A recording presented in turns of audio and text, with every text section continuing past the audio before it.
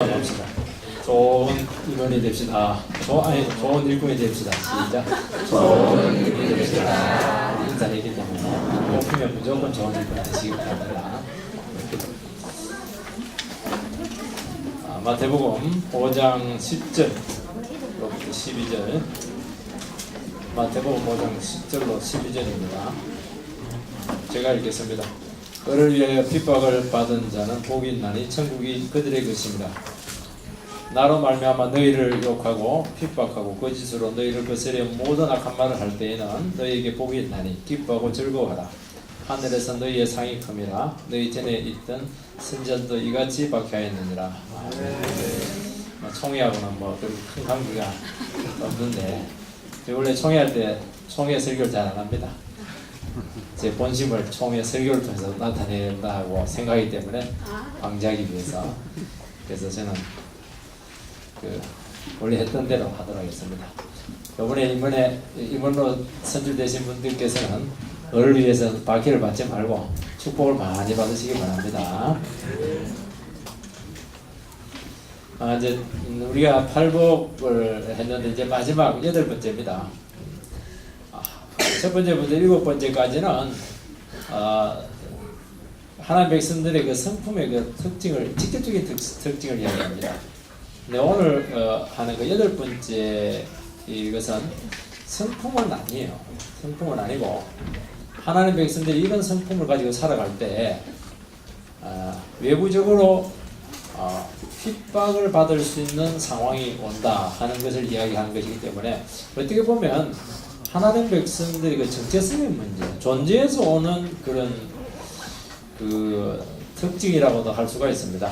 성격이 좀 다르죠. 우리는 어떻게 보면 가난하고 애통하고 긍휼히 여기고 청결하고 얼마나 참 주옥 같은 말씀이에요. 화평케 하고 그러면 결론적으로 참 하나님께 축복하시고 세상 사람도 기뻐하고 좋아할 것이다. 이러면 참 너무 좋을 텐데 핍박을 받게 될 것이다. 이렇게 얘기를 하니까 야, 하나님 백성으로 살아야 되나 말아야 되나 굉장히 서글퍼지게 되는가 봅니다. 그리고 세상은 너희들 기뻐하지만은 기뻐하고 즐거워해라. 하늘에서 상이 클 것이다. 늘 듣던 말씀인데 이 세상에서 상을 받으면 좋을 텐데 그래서 이 복을 받을까 말까 이렇게 생각하시는 분들이 계실 텐데 그렇습니다. 오늘날 사람들은 예수 믿는 것 때문에 어려움을 당하고 핍박 당하는 것을 참 싫어해요. 냉대받는 이런 것들. 그래서 자꾸 이 하나님 백성이 어떤 것인가 하는 것을 잘 나타내 보이려고 하지 않습니다. 그러면 이제 문제는 뭐냐? 상이 없어요. 복을 못 받아요. 복을. 신앙생활 열심히 했는데 복을 못 받습니다. 물론 돈 좀 벌지 모르겠습니다.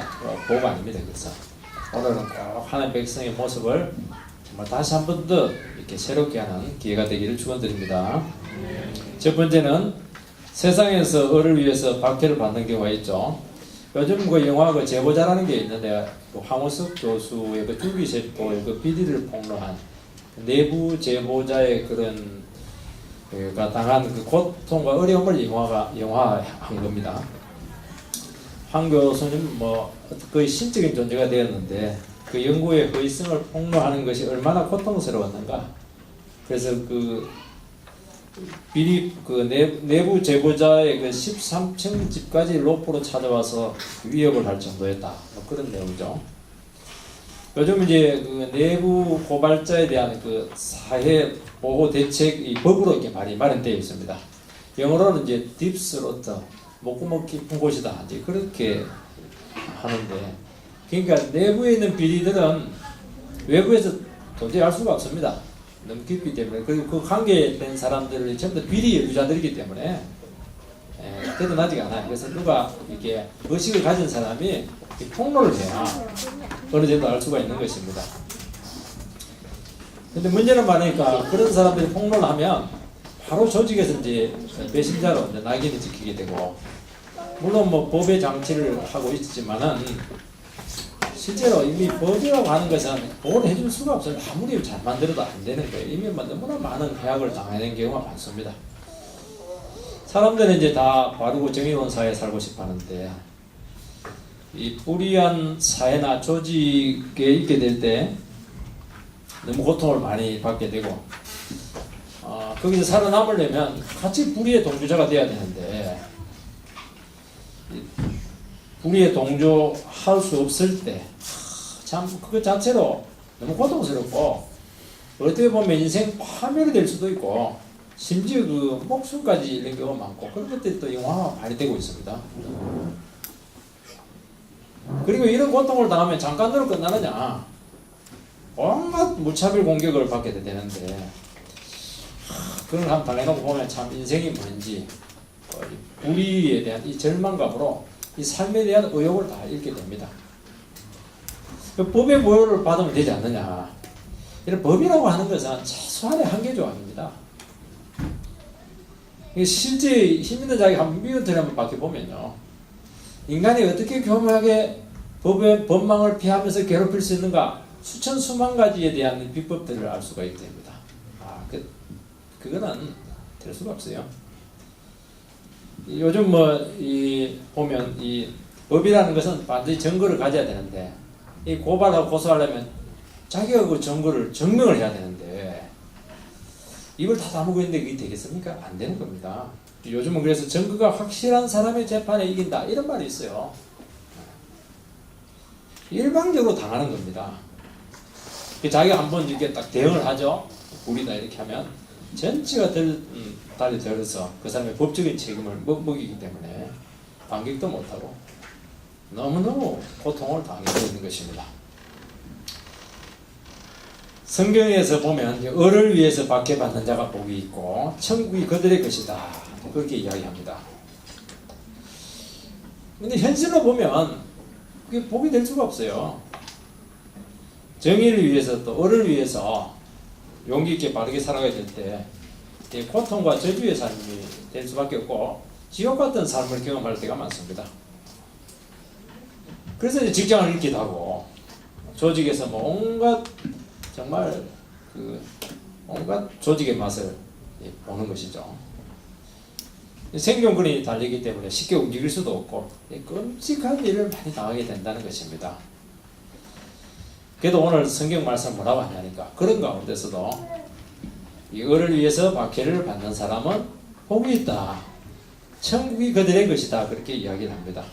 그래서 한번 일은 정말 바르게 살기 위해서 반대로 몸부림치다가 한번 고통을 당해보면 정말 그 세상의 민낯을 다 보게 되는 것 같아요.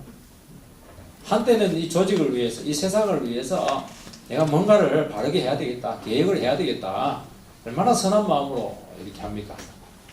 근데 그게 한번 겪어보면, 이야, 이게 얼마나 빛 좋은 개살군지, 허구에 불과한 것인지 내 환상이었다. 그래서 모든 세상에 대한 환상이 다 깨지게 되는 것입니다. 그래서 세상에 대한 한계를 탁 느끼게 돼요. 그러면서 삶에 대한 의욕도 느끼기도 합니다. 내가 이런 가운데서, 이런 불의한 세상 가운데서 살아갈 수 있을까? 이 세상에 대한 이 한계를 보면서 삶에 대한 소망을 다 잃게 되는 경우가 굉장히 많다는 겁니다. 그런데 어떻게 할 수도 없고 말이죠. 그런데도 불구하고 그때 이제 뭘 느끼게 되느냐? 그때 이제 하나님 나라가 눈에 들어옵니다. 그러면서 뭘 느끼냐? 참 세상에서 화려하고 대단한 것 같고 위대한 것 같고, 이야, 이게 대단한 게 아니구나 하는 것을 알게 되면서 좀 세상에 알아주지 않더라도 하나님 나라에 있는 것이 얼마나 복된 것인가, 이 정의롭고 의롭고 말씀 순종하고 살아가는 이 세계야말로 정말 내가 목숨을 걸어야 될 그런 곳이구나 하는 것을 그때 느끼게 되는 겁니다. 그러지 않으면 이걸 한번 경험하지 못하면요, 세상이 자기 세상인 줄 알고요, 세상에서만 모든 것을 다 하려고 하고 여기서 모든 소망을 다 걸고 이렇게 하는데, 물론 거기에 뭐 소망이 되면 되겠지만 반드시 거기서 맛을 보게 되는데, 너무 고통스러운 것입니다. 미리미리 알고, 세상은 한계가 있구나, 영원한 것이 아니구나, 살아가지만 여기에 목숨을 걸 때가 아니구나, 참 작은 공동체지만 하나님 말씀에 있는 이 살아있는 어려운 공동체, 여기가 하나님 나라구나 하는 것을 가치를 알게 되는 것입니다. 그러면서 세상에도 여유를 탁 가지면서 우리가 세상을 새롭게 보게 되고 재평가를 하게 되고 세상을 어떻게 바르게 섬길 것인가 하는 이 세상에 대한 관점이 생기게 되는 것입니다. 이러면서 우리의 삶이 굉장히 풍요로워지게 되는 것이라는 것을 말씀하고 있는 것입니다. 죽음을 뛰어넘는 하나님의 보호와 생존이 가능하다. 참 이런 원리들이 어떻게 보면 어렵게 살려고 하는 자에게 열릴 수 있다는 것을 말씀하고 있는 것입니다. 두 번째는 성도가 어로 박해를 받는 본질적인 이유가 뭐냐? 10절을 다시 읽어보면 어를 위하여 박해를 받은 자는 복이 있나니 천국이 그들의 것임이라. 어를 위하여 핍박을 받죠. 다양한 이유입니다. 어떤 사람들은 그래요. 미련하게 해놓고는 어를 위해서 핍박받는다. 그것은 핍박받아야 됩니다. 아주 광진적으로 미친 듯이 생활생활 하는데 어떤 사람도 너무 정치적인 성향을 가지신 분들이 계세요. 어떤 사람 자기가 실컷 잘못하고 죄를 지어놓고는 뭐 감옥 속에서 자기는 뭐 어를 위해서 핍박받는다 이렇게 하는데 그거는 핍박이 아닙니다. 그거는 핍박받아도 싸한 거죠. 이 어라고 하는 걸 바르고 옳다는 거 아닙니까? 성경에서 말하는 바르고 옳다고 하는 것은 하나님의 기준에서 옳다는 건데 자기가 옳다고 하는 게 아닙니다. 자기가 인간의 기준으로 도덕적으로 옳고 뭐 그러다 그것을 판단할 수 없어요. 그래서 어라고 하는 것은 반드시 하나님과의 관계에서 오는 것입니다. 성경에 보면 이제 그 하나님께서 세워놓으신 어가 딱 두 개 있습니다. 하나는 율법의 어가 있고 하나는 복음의 어가 있습니다. 율법의 어는 뭐냐? 율법의 어는 저 자체 이거는 하나님 세운 것이니까 절대적으로 옳은 겁니다. 근데 문제는 그 기준에 미치지 못하기 때문에 인간들은 그 율법의 어 앞에서 정죄감을 느끼게 되는 것이죠. 복음의 어는 뭐냐? 죽을 수밖에 없는 정죄감 가운데 있는 인생들을 예수 그리스도의 보혈의 피로 그 모든 죄를 씻김 받게 되어서 예수님을 공로만 믿는 사람들에게 어떻게 되느냐? 예수님 속에 있는 그 의가 우리에게 이렇게 입혀지게 되는 것입니다. 그래서 우리 안에 있는 의가 아니고 예수 그리스도에 있는 그 완전한 절대적인 의가 우리에게 입혀짐으로써 우리가 의롭게 인정이 되는 것이죠. 그래서 우리 인간 스스로에 의해서는 절대로 바르게 살 수도 없고 의의 기준도 될 수가 없고 오직 예수 그리스도의 의에 의해서만 우리가 그렇게 된다. 이것에 대해서 이제 세상은 너무 배타적이다. 여기에 대해서 너무 비난을 하게 되는 것입니다. 그럼 우리가 있는 정들을 다 부정하는 것이냐? 여기서 핍박이 온다는 것을 이야기하는 것입니다. 이 세상에서도 의가 있지 않습니까? 도덕도 있고 정의도 있고 참 세상 사람들은 정의의 사람들, 선한 사람들, 착한 사람들 너무 선양하고 찬양합니다. 왜 좋아하고 존경하냐 하면은 이런 사람들은 세상 사람들에게 모델이기 때문인 것입니다. 인간도 얼마든지 착할 수 있다. 인간도 얼마든지 의로운 존재가 될 수 있다. 그러면서 자기 나름대로 기준을 가지고 소망을 가지게 되는 것입니다. 물론 이 크리스찬들도 어렵고 선하지만은 크리스찬들이 선하고 어려운 것은 좋아하지 않습니다. 왜냐니까 자기가 선하고 어려운 것이 아니고 항상 주님께 영광을 돌리니까 사람들이 이게 싫어하는 겁니다. 이 그리스도의 옷을 입은 이 어는 싫어하는 것입니다. 그래서 이 세상에서 어라고 하는 것은 인간 가능성에 바탕을 두고 있습니다. 인간은 얼마든지 자기 자신의 노력으로 의인이 될 수가 있고 심지어 신의 그런 위치까지 올라갈 수 있다. 이런 바탕이 깔려있는 것입니다. 기독교는 반대입니다. 인간은 죄인이고 피조물이고 흙에 불과하다. 이걸 인정하는 것에부터 시작이 되는 것입니다. 인간의 불가능성, 무능성에서부터 시작이 되는 것이죠. 여기서 세상 나라하고 하나님 나라는 극명하게 차이가 난다는 것입니다. 요즘 이 가톨릭의 위상이 이제 많이 이제 올라가고 있습니다. 교황이 왔다 간 여파도 있지만은 이것은 신학적인 차이에서 사실 온 것입니다. 가톨릭은 우리 구원에 있어서 오직 믿음 외에 교회 전통, 고행, 선행, 그리고 선인들의 공로 너무 믿음 외에 많은 것들이 섞여져 있습니다. 이게 전부 다 인간의 의거든요. 예수님의 공로가 아닙니다. 오직 믿음이 아니죠. 그 결과 인간이 한 것이 어느 정도까지 가야 되느냐 여기에 대해서 알 수가 없고 구원에 대한 확신이 없어요. 그래서 가톨릭에 있는 사람들 특징이 뭐냐, 구원에 대한 확신이 없어요. 그 증거가 뭐냐, 진정 자기가 의인인지 이게 불분명한 겁니다. 그래서 계속 구원을 위해서 이 사람들 노력을 해요. 계속 그 선행을 하고 고행을 하고 그리고 저기 뭡니까 그 자기 죄를 고백하는 것도 있지 않습니까? 그런 것들 하는 이유가 뭐냐니까 이 고린도도 확신이 없어 그렇게 하는 거거든요. 죽고 나서도 이 확신이 없어요. 왜냐하면 천국 간지 지옥 간지 모릅니다. 그 연옥 중간 과정에 있다고 생각하기 때문에 여기서 열심히 기도를 해주면 천국 갈 수 있다. 그렇게 얘기하기 때문에 이게 우리는 아니잖아. 우리 예수 믿는 순간 예수 그럴 때 의에 오시게 되기 때문에 확신 가운데 신앙생활을 합니다. 우리는 구원받기 위해서 신앙생활을 하는 게 아니거든요. 의인으로서 하나님 앞에서 아들로서 당당하게 우리는 믿음으로 신앙생활을 하는데 가톨릭은 이 부분에 있어서 결정적인 하자를 가지고 있습니다. 그래서 이번 총회에서는 이 가톨릭에서 영세를 받은 것을 공적으로 인정하지 않기로 그런 결정을 사실 내렸는데 그거는 뭐 저는 바르다고 생각해요. 공간 자체를 틀리게 됩니다. 그래서 사실은 이 개신교가 가톨릭에 의해서 무수한 박해를 받지 않았어요. 바로 이 이신칭의 교회, 이 구원론에서 문제가 있기 때문에 서로 달랐기 때문인 것입니다. 우리는 오직 예수 그리스도의 공로다. 가톨릭은 아니다. 예수님도 있지만은 인간도 중요하다. 노력해야 된다는 것입니다. 이 가톨릭은 세상 원리가 참 비슷한 것 같습니다. 세상 원리가. 그래서 환영을 받는 것입니다. 기독교는 오래 환영받지 못해요. 오늘 하나님의 자녀들이 박해를 받는 이유는 바로 이 부분입니다. 인간을 부정하기 때문에 그렇게 하는 것입니다. 인간의 가능성, 잠재 능력 인정하지 않습니다. 세상은 성공한 사람들 외로워는 합니다. 왜냐하니까 이 사람들이 인간의 가치와 가능성을 극대화시켜 놓았기 때문에 그렇게 한 것입니다. 하나님 없이도 얼마든지 위대한 삶을 살 수 있구나. 그것을 증명한 사람들이기 때문에 그렇게 한 것입니다. 하나님 없이도 얼마든지 최고의 삶이 가능하다. 그래서 막 문화가 발전하고 과학이 막 기하급수적으로 발달하는 것이죠. 그거 왜 그러냐? 하나님 없이도 얼마든지 위대한 삶이 가능하다는 것을 증명하기 위해서 그렇게 하는 것입니다.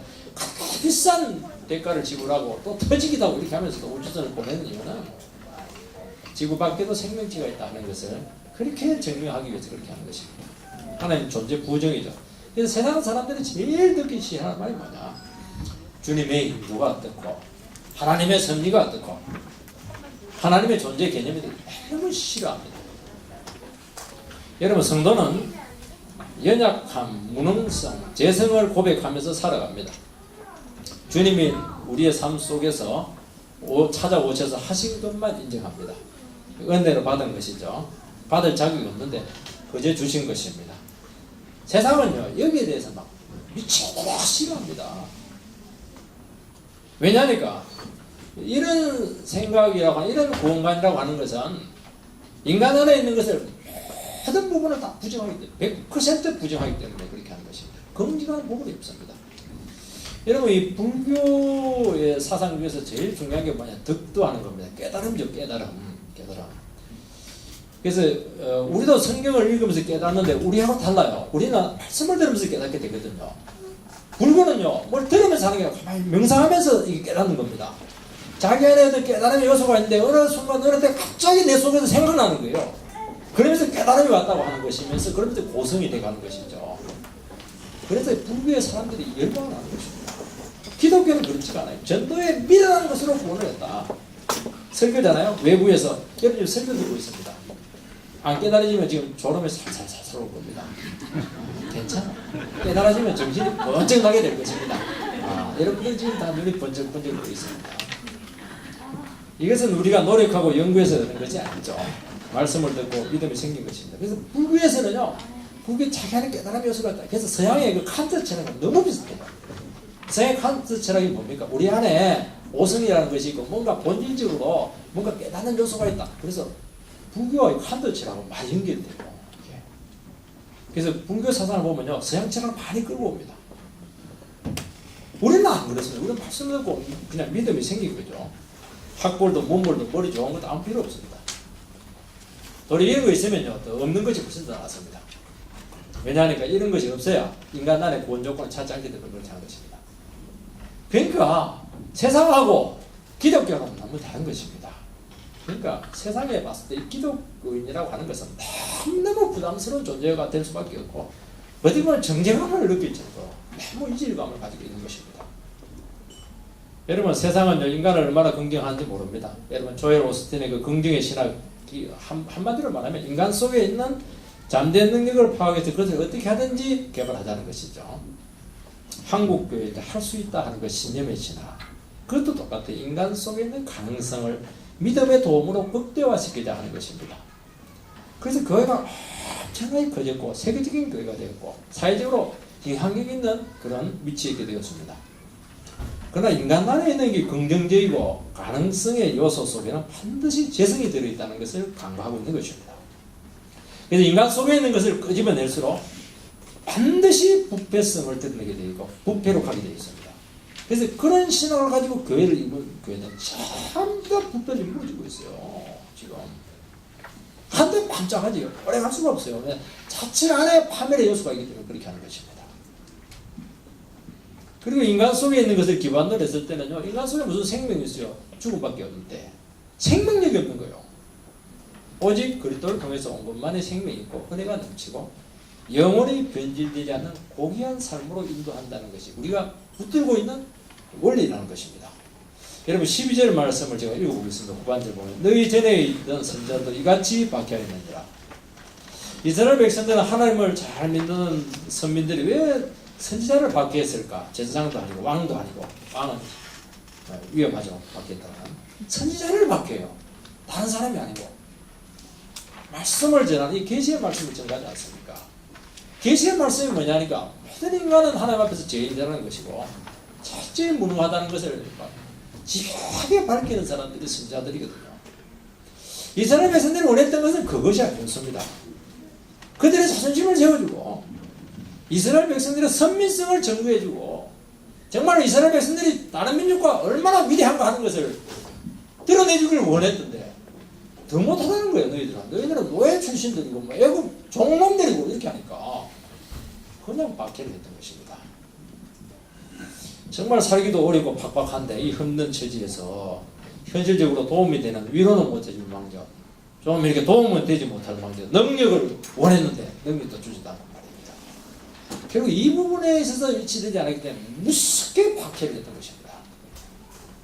왜 하나님께서 인간들의 이런 간절한 본성적인 요구를 왜 들어주지 않았을까? 하나님, 우리는 논문을 해야 됩니다. 여러분 하나님과의 관계에 있어서요 인간적인 요소가 1%라도 끼어드는 순간 하나님과의 교제와 동행은 끊어지게 되어 있습니다. 그게 무서운 거예요. 이게. 여러분 결혼을 가지고 한번 우리가 설명을 한번 해보도록 하겠습니다. 결혼은 두 사람의 연합이지 않습니까? 두 사람이 만나서 교제하는 것이고 동행하는 것입니다. 평생. 근데 결혼 관계에 있어서요 인간적인 요소가 끼어들었다고 생각해 보시기 바랍니다. 돈이 있어야 된다. 아니면 인물이 뛰어나야 된다. 어떤 나에게 인생에 도움이 되는 배우자가 되길 바란다. 이 참된 이기적인 놈이거든요. 그 순간요 부부관계는 한 발자도 나갈 수가 없어요. 걸림돌이 되는 부부관계에 있어서. 그럼 돈이 없어지면 위기가 오죠. 얼굴이 막 얽어지면 위기가 옵니다. 인물 보겠으니까. 도움이 안 되면 이혼하고 싶은 거예요. 그러니까 여기서는 뭐 동행이라든지 연합이라든지 이런 게 나올 수가 없어요. 좋은 것들이 나올 수가 없습니다. 근데 인간적인 요소가 완전히 빠져버리고 정말 순수한 동기로 결혼을 했다면요 위기가 딱 오면요 관계가 더 돈독해집니다. 사랑과 연합을 통해서 온갖 부유와 친밀함과 행복과 위기를 극복할 수 있는 힘이 다 나는 겁니다. 연합에서 다 나는 거예요. 여기서. 그래서 인간적인 것이 끼면 안 된다는 걸 하는 관계에 있어서 여러분 위기가 오래 올 때는요 전부 다 끌어내가지고 하나님만 딱 붙어 있으면요 하나님 앞에 무한히 우리는 연합의 관계를 형성할 수 있는 무한대예요. 무한대. 여기서 모든 축복이 나오는 것이고 위기를 극복할 수 있는 힘이 나오는 것이고 여기서 생명력이 나오는 것이거든요. 그래서 1%의 인간적인 요소도 하나님께서 허용하지 않았던 것입니다. 하나님께서는 우리에게 오직 말씀 외에 아무것도 주지 않았습니다. 그 이유는 진정한 교제와 동행과 연합을 이루시기 위해서 그렇게 했던 것입니다. 그래서 예수님은 말씀이 육신이 돼서 이 세상에 왔습니다. 교제가 되려면 두께가 있어야 되거든요. 말을 해야 되잖아요. 몸에 있어야 됩니다. 우리는 선사하고는 교제는 안 돼요. 그러니까 그게 놀라운 거예요. 왜 그렇게 왔느냐. 물론 십자가 지기도 왔지만은요. 우리나라 교제하기 위해서 왔던 거예요. 동행하기 위해서 왔던 것입니다. 왜냐하면 여기에 생명이 있기 때문에 그렇게 한 것이거든요. 그것이 되기 위해서는 우리가 아무것도 아닌 존재가 되어야 되는 것입니다. 내가 무가 되어야 되는 거죠. 낯성이 되어야 됩니다.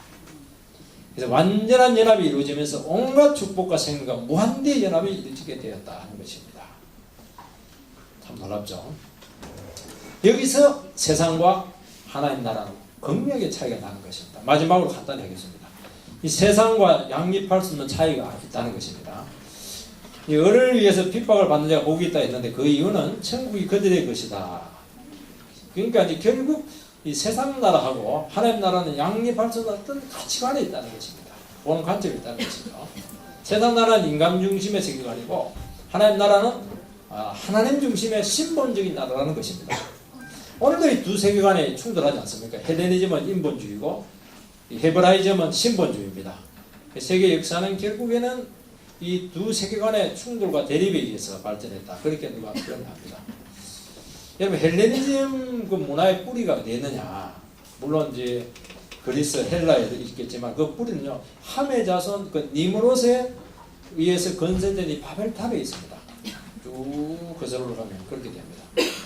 이 바벨탑이 뭡니까? 인간의 힘으로 하나님을 몰아내자는 정신이 뿌린 것입니다. 여기서 나온 것이 바벨론 제국이고 로마 제국이고 오늘날 인간들이 만든 이 세상 위대한 도시들이죠. 우리가 도시에서 살면서 대구 살면서 여기서 어떻게 하나님을 느낄 수가 있겠습니까? 가창을 가야죠. 헐티지를 좀 가면 조금 나아요. 서울 안에서요. 그래서 무슨 하나님의 흔적을 찾습니까? 전부 인간의 위대성만 나타날 뿐이지 않습니까? 그게 바벨론이라는 게 그게 인본주의의 총하다는 것입니다. 그곳에 하나님의 백성들이 살고 있지 않습니까? 또 떠날 수 없어요. 하나님께서 그거 살아 있으니까. 그래서 불교가 좋은 것 같아요. 제가 팔공사에라도 가잖아요. 우리 팔공사에 가면 교회가 없어요. 저녁교회 외에는. 있고. 하나님은 보이지 않고 세상이 압도를 합니다. 그래서 일주일에 한두 번 신앙생활을 하고 있지만 세상에 나가면 참 세상이 얼마나 강력하고 위대한가 하는 것을 실감합니다. 여러분 신앙생활 하지만은요 막상 회사에서 승진하고 취직하려고 할 때 그 벽이 얼마나 높은지 과연 하나님을 부정하고 인간의 위대성만 드러내는 그 현실 속에서 내가 살아남을 수 있는지 여기에 대한 두려움에서 밤잠을 주무시지 못할 때가 많을 것입니다.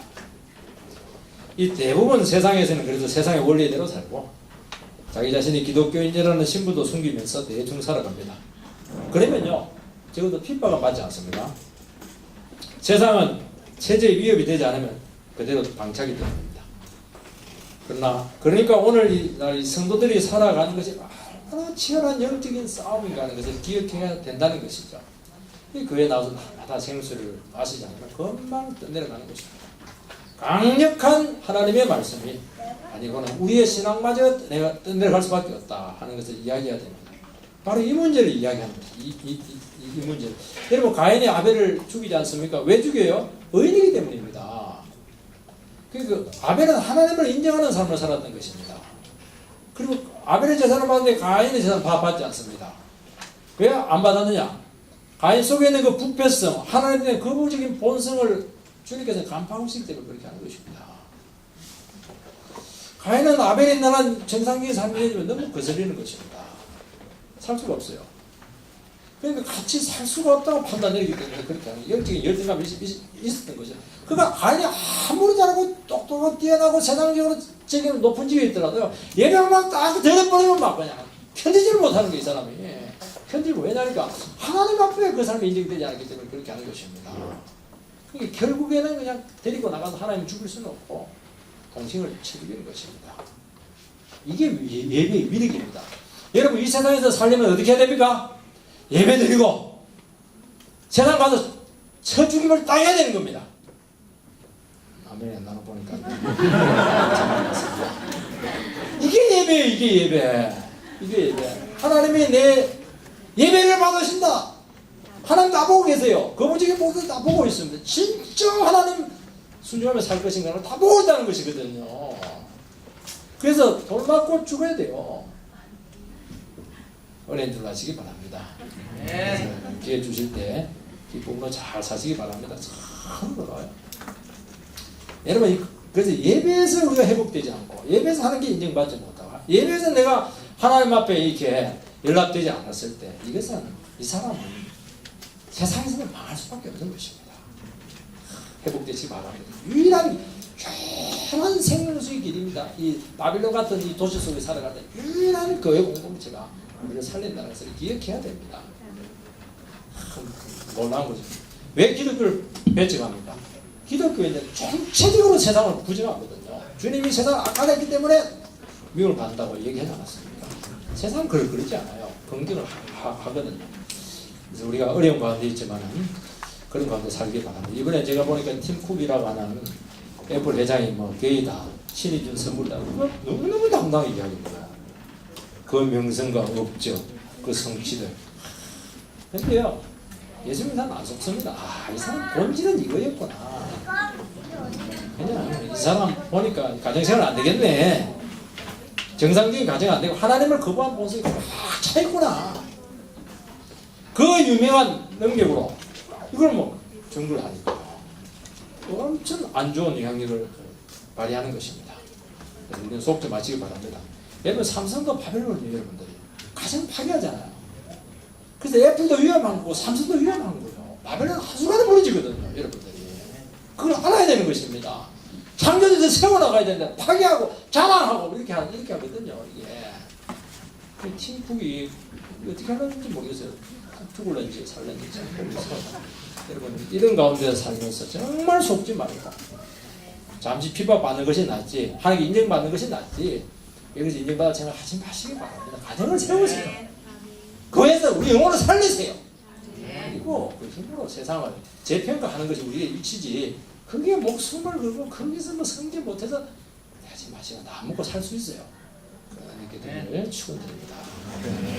기도하도록 하겠습니다. 하나님을 감사드립니다. 우리가 이 세상 가운데 너를 위해서 핍박받는 것이 당연한데도 불구하고 핍박 받으려고 참 세상을 동경하고 우상을 숭배했던 것을 용서하여 주시옵소서. 특별히 오늘 참 총회를 앞두고 주님께서 함께해 주시고 귀한 일꾼을 세워주셔서 2015년도 최고로 부흥하는 또 한 해가 되게 해 주시옵소서. 예수님 이름으로 기도하옵나이다.